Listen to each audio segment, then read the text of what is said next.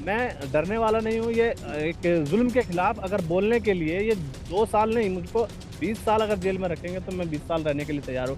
But Bharat में शांति आनी चाहिए। भारत सरकार और प्रदेश सरकार मुसलमानों को, दलितों को और पिछड़े लोगों को बांट देना चाहती है, या मुस्लिम और हिंदू मुस्लिम को, समाज को पूरा बांट के डाइवर्जन देना चाहती है। भारत के प्रधानमंत्री कहीं भी जाके बोले कि मुस्लिम हमारे भाई हैं, हमारे बहन, हिंदुस्तान के अंदर क्या हो रहा है आपको भी मालूम है और देश की पूरी मीडिया को मालूम है, और देश के हर नागरिक को मालूम है कि किसके साथ शोषण हो रहा है, किसके साथ ज्यादती हो रही है, और प्रधानमंत्री झूठा है, झूठ बोल रहा है। नमस्कार दोस्तों, मैं अजय प्रकाश और आप देख रहे हैं जन ज्वार।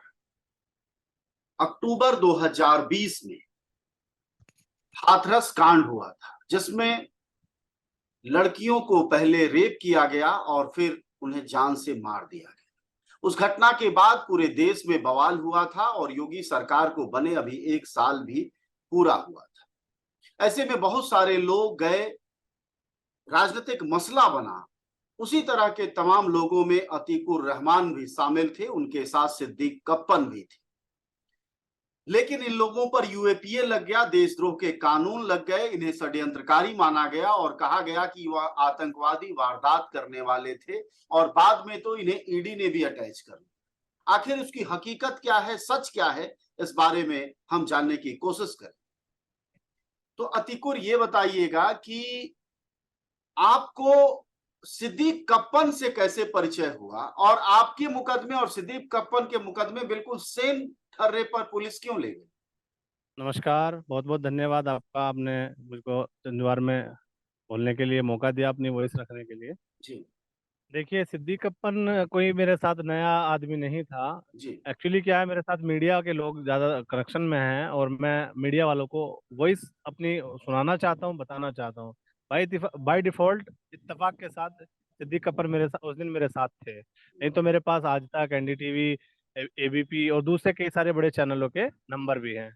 मतलब लगातार कोई ना कोई मेरे साथ, कहीं मैं इस तरह की विजिट करता हूँ तो लोग मेरे साथ रहते हैं, मैं किसी ना किसी को कॉल करके ले जाता हूँ। और दूसरा क्या था, उधर सिद्दीक कप्पन का एक बेनिफिट ये भी था कि सिद्दीक कप्पन टैक्सी लेके जाने वाले थे, उनको शेयरिंग में हम्म। टैक्सी करने के लिए हम्म। 50-50 का हम्म। हमारा होता है। ऐसे ही हम्म। दूसरे चैनल वालों के साथ भी मेरा हम्म। कई बार ऐसा हुआ है। हम्म। तो ये कोई नई बात नहीं है कि सिद्दीक कप्पन था, उसमें कोई अजय प्रकाश भी हो सकते थे या दूसरे भी हो हम्म। सकते थे, क्योंकि जी। मैं जो एलिगेशन मेरे ऊपर लगाए गए हैं या सिद्दीक कप्पन के ऊपर लगाए हैं, मसूद के ऊपर लगाए गए हैं, उनसे कहीं भी मैं क्या, हमारे जानने वाले, मिलने वाले या हमारे दोस्त या जिन लोगों को हमारे बारे में पता है वो इत्तेफाक नहीं रखते हैं। हम्म। आप समझ सकते हैं कि ये एलिगेशन हम पे थोपे गए हैं।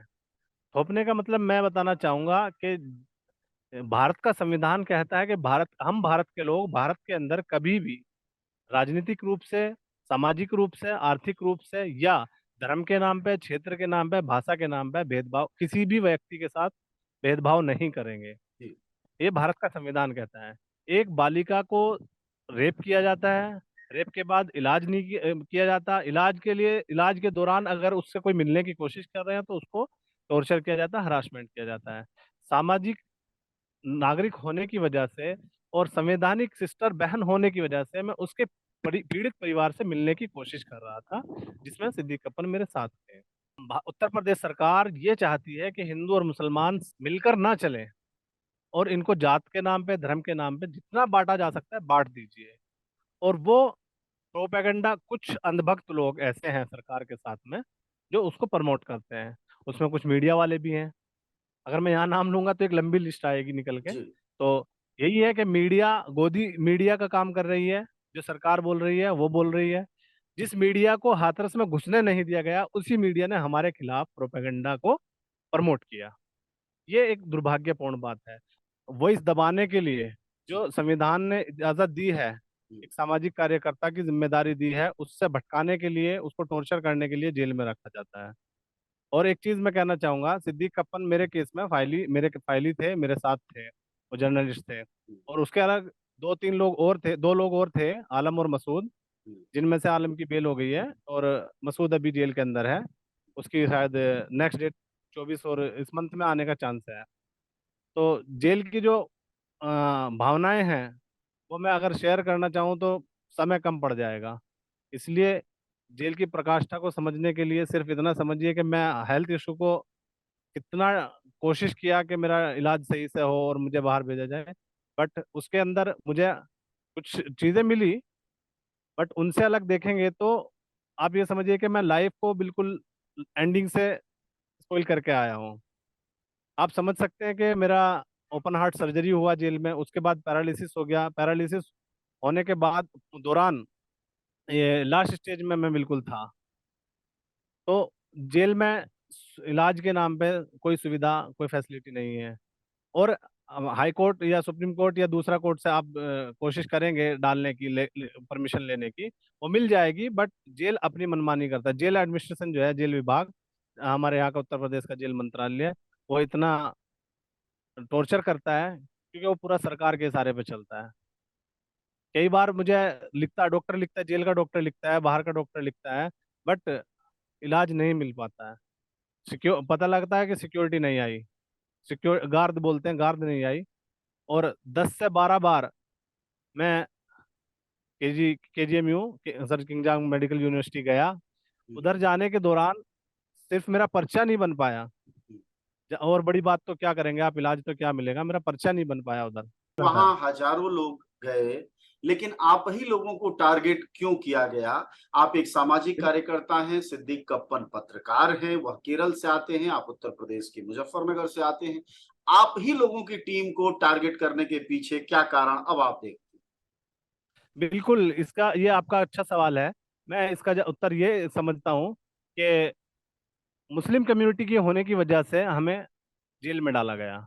क्योंकि आप अगर प्रकरण को समझने की कोशिश करेंगे जी। तो 2 तारीख में, 2 अक्टूबर 2022 को, 2020 को, अरेस्टिंग से पहले 2 दिन पहले मेरे, राहुल गांधी उधर गए थे। तो राहुल गांधी को मान टोल प्लाजा पे धक्का मुक्की करके वापस भेज दिया गया। हम्म, 3 तारीख को जैन चौधरी गए थे, 3 अक्टूबर को, उनके साथ लाठीचार्ज करके वापस भेज दिया गया। हम्म, 4 तारीख को चंद्रशेखर रावण, जिनको डिटेन करके हिरासत में लेकर मुजफ्फरनगर छोड़ा गया।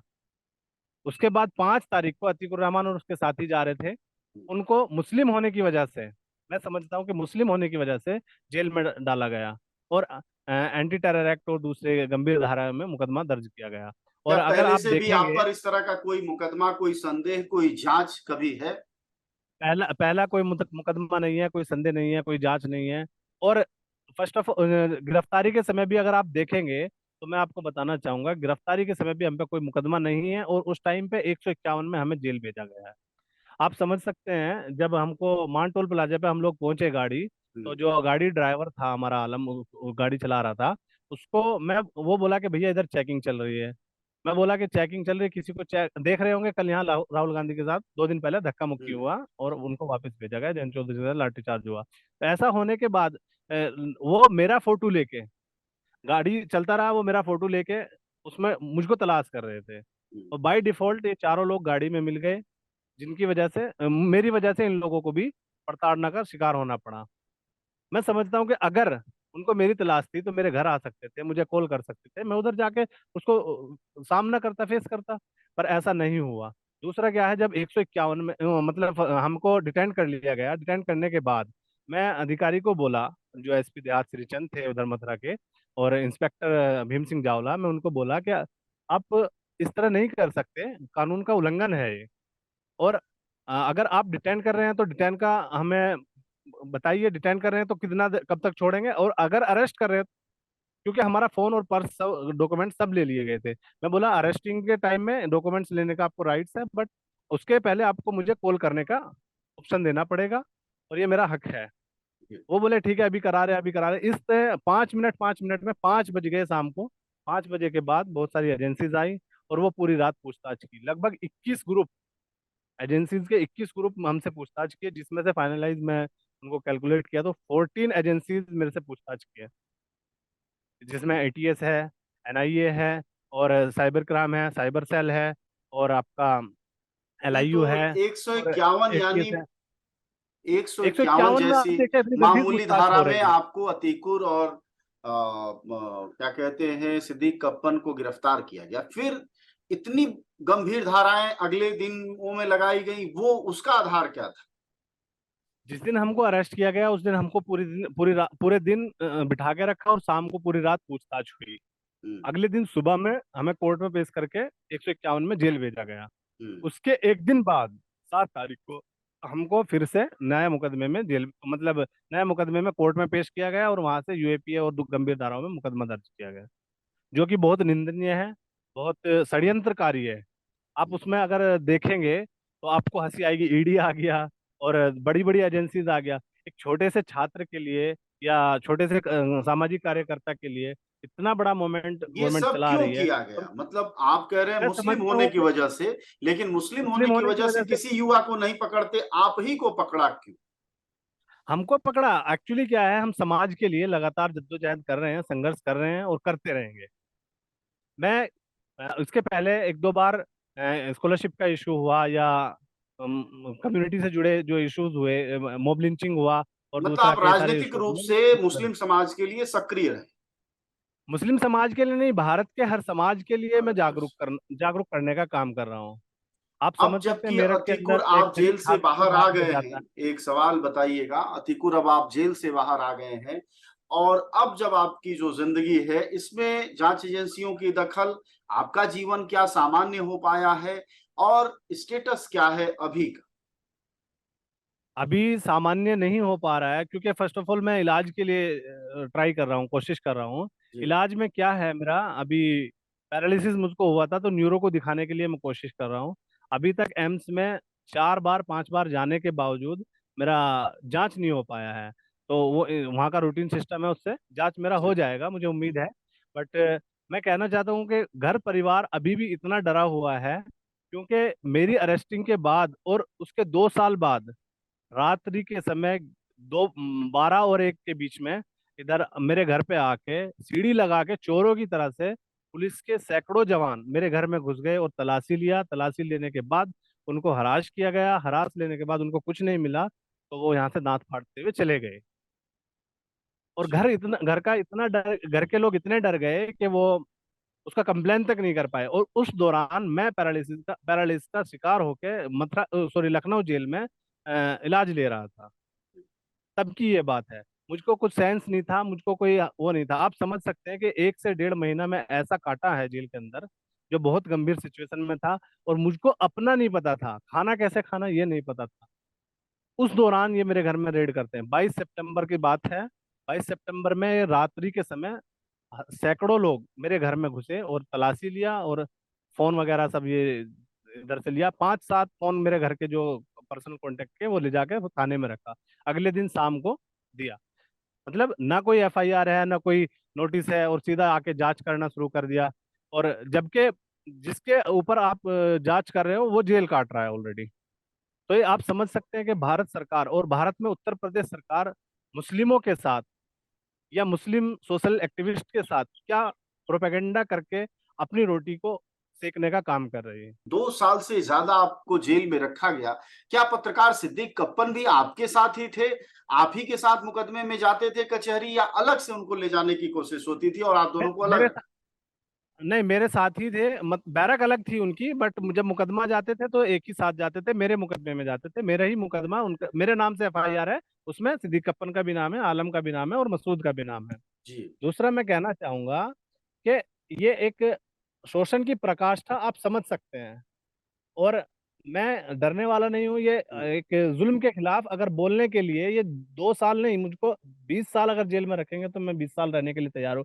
बट भारत में शांति आनी चाहिए और भारत में हिंदू मुस्लिम एकता को जो पहले से सदियों से चला आया है वो कायम रहना चाहिए। तो आपको क्यों लगता है कि यह जो हमला था, यह एक मुस्लिम युवा सामाजिक कार्यकर्ता पर, एक मुस्लिम युवा पत्रकार पर हमला था, न कि एक अपराधी? बिल्कुल लगता है ये अगर अपराधी पे होता तो ये साबित करते उसको। और आज जो मैं कोर्ट से बेल लेके आया हूँ उस बेल में कहीं ना कहीं ये जिक्र करते, कहीं ना कहीं ये बोलते, मुझे रोकने की कोशिश करते। और बेल कोर्ट को लगता कि ऐसा नहीं है जैसा ये बोल रहे हैं, बट कोर्ट को लगा कि इनके साथ ज्यादती हो रही है तो उसमें हमें न्याय मिला। और देर से मिला बट न्याय मिला। मैं कोर्ट का आभारी हूँ, कोर्ट का सम्मान करता हूँ। बाकी भारत सरकार और प्रदेश सरकार मुसलमानों को, दलितों को और पिछड़े लोगों को बांट देना चाहती है, या मुस्लिम और हिंदू मुस्लिम को, समाज को पूरा बांट के डाइवर्जन देना चाहती है। और ये लोग एक अपने नई भारत की लेकिन कल्पना जब कर रहे हैं आप जो मुझसे अच्छा। अतिकुर भारत के एक सामाजिक कार्यकर्ता, आप मुझसे जब यह सरकार पर आरोप लगा रहे हैं, तो प्रधानमंत्री मोदी दुनिया भर के मुस्लिम देशों में मिल रहे हैं, उनमें इज्जत ले रहे हैं और कह रहे हैं कि इससे हमारी प्रतिष्ठा बढ़ रही है। इस बारे में आपका क्या? देखिए, भारत के प्रधानमंत्री कहीं भी जाके बोले कि मुस्लिम हमारे भाई हैं, हमारे बहन, हिंदुस्तान के अंदर क्या हो रहा है आपको भी मालूम है और देश की पूरी मीडिया को मालूम है और देश के हर नागरिक को मालूम है कि किसके साथ शोषण हो रहा है, किसके साथ ज्यादती हो रही है, और प्रधानमंत्री झूठा है, झूठ बोल रहा है। अच्छा, आप क्योंकि जैसे जिस देश कार्यकर्ता में जो 2.5-3 साल जेल में रहे, जिनका ये कहना है कि सिर्फ मुस्लिम होने की वजह से मुझे टारगेट किया गया, जब प्रधानमंत्री मोदी देश की सबसे बड़ी ताकतवर सरकारों के साथ खड़े होकर कहते हैं कि लोकतंत्र हमारे डीएनए में है और भारत में अल्पसंख्यकों के साथ कोई ज्यादती नहीं हो रही है, तो जब यह बात आपके कान में जाती है तो आप क्या सोचते हैं? मुझे बहुत कष्ट होता है ये सब सुन के, और मैं उन सरकारों से, उन संगठनों से अपील करना चाहता हूं जिनके सामने ये लोग खड़े होके या साथ खड़े होके बात कर रहे हैं, वो एक बार भारत आके भारत के लोगों की बात को सोचें और समझें। यहाँ जो आर्थिक रूप से कमजोर व्यक्ति है, उसको जितना प्रताड़ित किया जा सकता है ये लोग कर रहे हैं, वो चाहे किसी भी समाज का है। और मुस्लिमों को टारगेट खासकर किया जा रहा है, उनकी आवाज को दबाया जा रहा है। जब आप पैरालाइज्ड हो गए और जब आप कह रहे हैं कि आपके खाने की स्थितियां नहीं थी, खुद की सूध नहीं थी, तो हॉस्पिटल, माफ करिएगा, जेल में इसकी क्या व्यवस्था होती है ऐसे रोगी? इसमें जेल में कोई व्यवस्था नहीं है, जो जहाँ पड़ा है वो पड़ा रहेगा। कोई देखने वाला नहीं है, कोई पूछने वाला नहीं है। और मैं यहाँ तक बोला कि मेरे केस वाले फाइली, मेरे जिनको बोलते हैं जेल की भाषा में फाइली, एक उनमें से दे दीजिए, वो मेरा केयर टेकर बन जाएगा। यहाँ तक कि मैं डिस्ट्रिक्ट कोर्ट में भी बोला, डिस्ट्रिक्ट कोर्ट के जज ने उसको नेगलेक्ट कर दिया, जेल एडमिनिस्ट्रेशन ने नेगलेक्ट कर दिया, और मुझको कोई सुविधा, कोई मतलब सपोर्ट के लिए कोई व्यक्ति कोई नहीं दिया गया। अब वहां उस पे बीच आप आप खाना कैसे खा रहे थे? दैनिक क्रिया कैसे कर रहे थे? क्योंकि एक पैरालाइज्ड मरीज के लिए जाना आना, खड़े होना बहुत मुश्किल होता है। बिल्कुल, ये यूरिन बैग लगा हुआ था मेरे। और जेल के हॉस्पिटल में जो एक बंदी बेचारे थे उधर, और हम्म, एक इंसानियत सबके अंदर है। हम्म, एक बंदी नहीं, कई बंदी उधर ऐसे थे जो हॉस्पिटल में खुद इलाज ले रहे थे, वो बेचारे पकड़ के मुझको टॉयलेट तक ले जाते थे, टॉयलेट कराते थे, यूरिन यूरिन तो बैग लगा था, हम्म, दूसरा दैनिक दिनचर्या के लिए मुझको लेके जाते थे। खाना भी वही कलेक्ट करके मुझको दे दिया। और इस तरीके से मैं बहुत, मतलब खाना ज्यादा खाता भी नहीं था, हम्म, और खाया भी नहीं जाता था, बहुत सारा ये था। तो इस तरीके से आप समझते हैं कि इंसानियत भी है जेल हम्म। में बंदी के अंदर, बट एडमिनिस्ट्रेशन के अंदर, उत्तर प्रदेश में तो इंसानियत की आप बात नहीं कीजिए। अतीकुर रहमान, शुक्रिया आपका बातचीत के लिए। हमारे साथ बातचीत कर रहे थे अतीकुर रहमान। इनकी गिरफ्तारी उस समय हुई थी जब 2020 अक्टूबर में 5 तारीख को यह लोग हाथरस कांड की पीड़िता के घर जा रहे थे। उस दौरान सिद्दीक कप्पन को भी इनके साथ गिरफ्तार किया। इनके साथ अन्य 2 सहयोगियों की भी गिरफ्तारी हुई। गिरफ्तारी के वक्त इन पर मुकदमा 151 का लगाया गया, लेकिन 2 दिन बाद यानी 7 अक्टूबर को यह देश के जघन्यतम अपराधियों में शामिल कर दिया, और जिसमें यूएपीए 120 बी, 124 और ईडी, यह सब कुछ इनके पीछे छोड़ दिया गया। ऐसे में देखना यह होगा कि क्या भारतीय लोकतंत्र वाकई डीएनए काल में चल रहा है, या फिर जो अतीकुर बात कह रहे हैं कि सिर्फ मुस्लिम होने की वजह से हमें यह उत्पीड़न झेलना पड़ा। खैर, यह लोकतंत्र के लिए उचित नहीं है। अब बाहर हैं अतीकुर बेल पर, सिद्दीक कप्पन भी अपने घर पर हैं, लेकिन उनके परिवारों को जो नुकसान हुआ है, उन लोगों को व्यक्तिगत जो नुकसान हुए हैं जीवन में, जाहिर तौर पर उसकी भरपाई अगर गलत तरीके से गिरफ्तारी की गई है तो न देश कर पाएगा और न ही हमारे ये नेता कर पाएंगे। आप सब जानते हैं कि जनज्वार का खर्च आपके जनसहयोग की बदौलत चलता है। आप भी जनसहयोग में शामिल हों और आजाद और स्वतंत्र पत्रकारिता को बनाए रखने के हमारे इस महाअभियान में शामिल हों। हमें इंतजार रहेगा आपके सहयोग का, क्योंकि आपका सहयोग ही हमारी मजबूती का सबसे ताकतवर रास्ता है। धन्यवाद साथी।